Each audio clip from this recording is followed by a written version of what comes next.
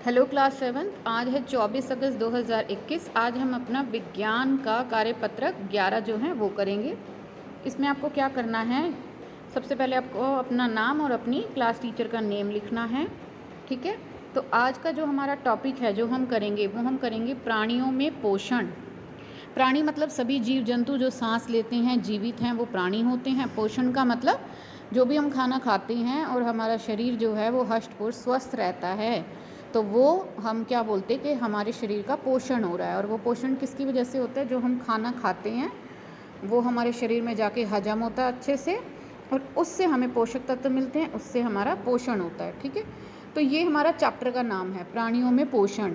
तो उस चैप्टर के अंदर जो टॉपिक है वो हम स्टडी करेंगे आज का, आमाशय एवं दस्त। आमाशय क्या है? हमारे शरीर के जो पाचन तंत्र है, जो खाने को हजम करने का काम करता है, उसका एक अंग है। तो ये क्या होता है, कहाँ पर होता है, किस तरीके से इसका क्या काम होता है, उसके बारे में पढ़ेंगे। दस्त क्या है? ये एक पेट की बीमारी है, इसके बारे में हम पढ़ेंगे। हालांकि आप अच्छे तरीके से इससे वाकिफ़ होंगे, फिर भी हम इसको थोड़ा सा पढ़ेंगे कि किस तरीके से इसमें चिकित्सा की जा सकती है। तो चलिए हम स्टार्ट करते हैं। अपना जो फर्स्ट पैराग्राफ है ये वाला, यहाँ से हम जो है रीडिंग स्टार्ट करेंगे। तो हम यहाँ से पढ़ना शुरू करते हैं। एक रोचक कहानी आमाशय की। 1822 ईस्वी में एलेक्सिस सेंट मार्टिन नामक एक व्यक्ति को गोली लगने के कारण वो बुरी तरह से घायल हो गया। अमेरिका में एक आदमी था, उन 1822 की कोई बात बता रहे हैं, बुरी तरीके से घायल हो गया।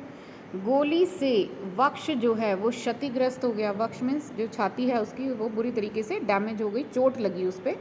गोली लगेगी तो काफ़ी ज़्यादा चोट लगेगी ना। और उससे क्या हो गया, उसके आमाशय में एक छिद्र हो गया। आप यहाँ देख सकते हो, ये जो पिक्चर में दिखाया है ना डॉटेड लाइन से, ये क्या है? ये है आमाशय। और इसके अंदर ये क्या है? ये गोली का जो है, गोली की वजह से उसमें छेद हो गया। ठीक है, तो उसके बाद उसे कहाँ पे लेके जाया गया? उसे लेके जाया गया विलियम ब्यूमॉन्ट। ये हैं एक डॉक्टर थे अमेरिका में, वहाँ पर उसको इलाज के लिए लेकर गए। चिकित्सक ने जान तो बचा ली, लेकिन जो छिद्र था ना वो उसको भली भांति से बंद नहीं कर सका। मतलब उसने, उसकी जान बच गई बट छिद्र को बंद नहीं कर सका। बस उसने क्या किया, उसको पट्टी से ढक दिया। अब अगर हम इलाज नहीं करेंगे, हमने उसकी कोई सर्जरी नहीं की, उसको कोई ऑपरेट नहीं किया, उस छिद्र को भरा नहीं, बस पट्टी से ढक दिया, लेकिन वो छेद तो रहेगा ना। ठीक है, तो चोट तो रहेगी, पट्टी से ढकने से वो ठीक थोड़ी होगा। तो उसकी वजह से क्या हुआ, जो ब्यूमॉन्ट डॉक्टर थे उन्होंने क्या देखा कि जो आमाशय की भित्ति से तरल जो है वो स्रावित हो रहा है। ये लाइन है, ठीक है। आमाशय की भित्ति मतलब देखिए, जो अंग है, अंग के चारों तरफ जो है एक कवरिंग होगी ना, स्किन होगी। जैसे कि ये स्किन दिखाई हुई है, ये कवरिंग है। तो इससे क्या है, एक तरल मतलब एक लिक्विड जो है ना वो बह रहा था, जो भोजन को पचा सकता था। उसने देखा कि आमाशय क्षुद्रांश में तभी खुलता है जब आमाशय में भोजन का पाचन पूरा हो जाता है। ठीक है, अब ये तरल जो है ये क्या था? आमाशय का काम क्या होता है बेटा? जो भी हम खाना खाते हैं वो हमारे पेट में जाता है, और उसके अंदर कुछ उसको हजम करने के लिए कुछ जूस तरीके के लिक्विड जो हैं वो रिलीज़ करता है आमाशय, और उन जूसेस के साथ मिलके ही हमारा खाना हजम होता है। ठीक है, तो आमाशय जो है उसके अंदर वो तरल जो है वो स्रावित हो रहा है, लेकिन वो उसकी दीवार से बाहर की तरफ बह रहा है। ठीक है, अगर ये छेद नहीं होता तो क्या होता, वो आमाशय के अंदर रहता और जो भी हम खाना खाते उसको हजम करने का काम करता, बट क्योंकि छेद हो गया तो इसीलिए वो बाहर की तरफ बह रहा था। तो उसने यहाँ से क्या पता चला कि जो आमाशय है, आमाशय जो है वो क्षुद्रांश में जो है कब खुलता है। ये देखो, ये यहाँ पर देखो, ये आप देख सकते हैं कि ये जो ओपनिंग है, ये जो हिस्सा होता है आमाशय का, ये वाला, ये इसकी ओपनिंग है।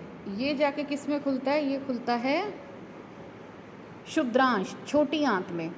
ठीक है, ये तभी खुलता है जब आमाशय में भोजन का पाचन पूरा हो जाता है। लेकिन आमाशय में भोजन का पाचन, जैसे मैंने आपको बताया, कब पूरा होगा? आमाशय में खाना जाएगा और इसके अंदर कुछ पाचक रस जो हैं वो जो तरल अवस्था में लिक्विड स्टेट के अंदर वो रिलीज़ होते हैं और फिर खाना हजम होता है। ठीक है, लेकिन अगर आमाशय में ही छेद हो गया तो वो तरल बाहर की तरफ बह रहा है, तो खाना कैसे अच्छे से हजम होगा। तो अगर आमाशय, अब आप देखिए हमारे शरीर में खाने को हजम करने के लिए कितना महत्वपूर्ण अंग है। अगर ये इसको नुकसान हो जाता है, डैमेज हो जाता है, तो खाना अच्छे से हजम नहीं होगा। खाना हजम नहीं होगा तो क्या होगा, हमारे शरीर को अच्छे तरीके से पोषण नहीं मिल पाएगा। ठीक है, उसके बाद हम अगला पढ़ते हैं, और अगला जो है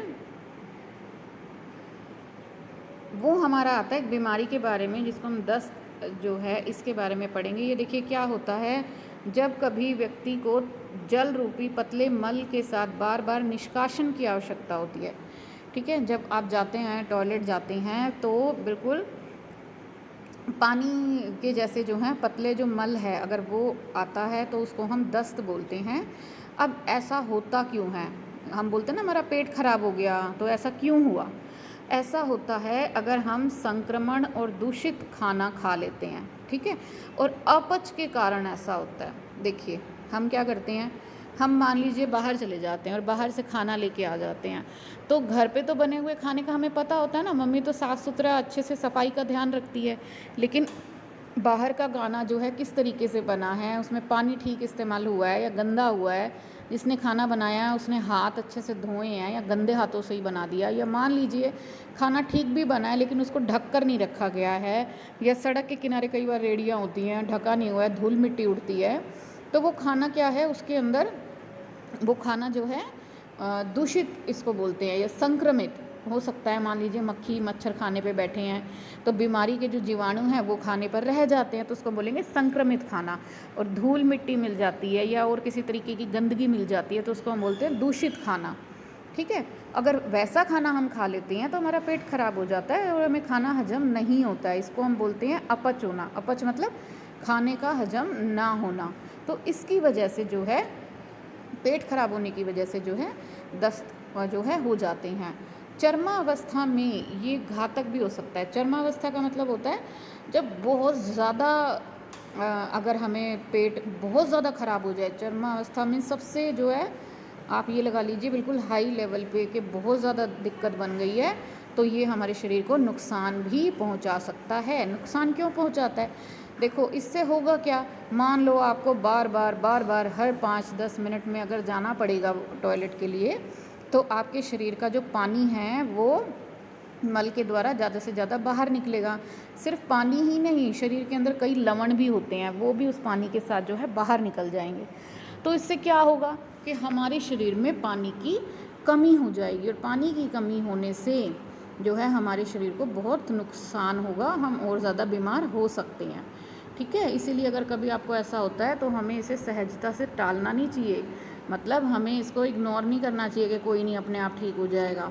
ऐसा ना करके आपको क्या करना चाहिए, आपको चिकित्सक के पास जाना चाहिए, मतलब डॉक्टर के पास जाओ, और उससे पहले अपना घर पे भी जो है इसका इलाज हम शुरू कर सकते हैं।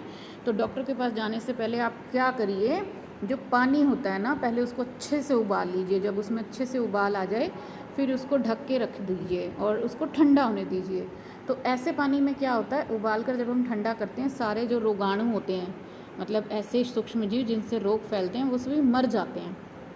ठीक है, तो वो पानी शुद्ध हो जाता है, और उस पानी के अंदर जो चुटकी भर नमक और चीनी का घोल कर उसका घोल तैयार कर लीजिए और वो पिलाइए। तो ये हमारे पेट को बहुत ज़्यादा आराम देता है।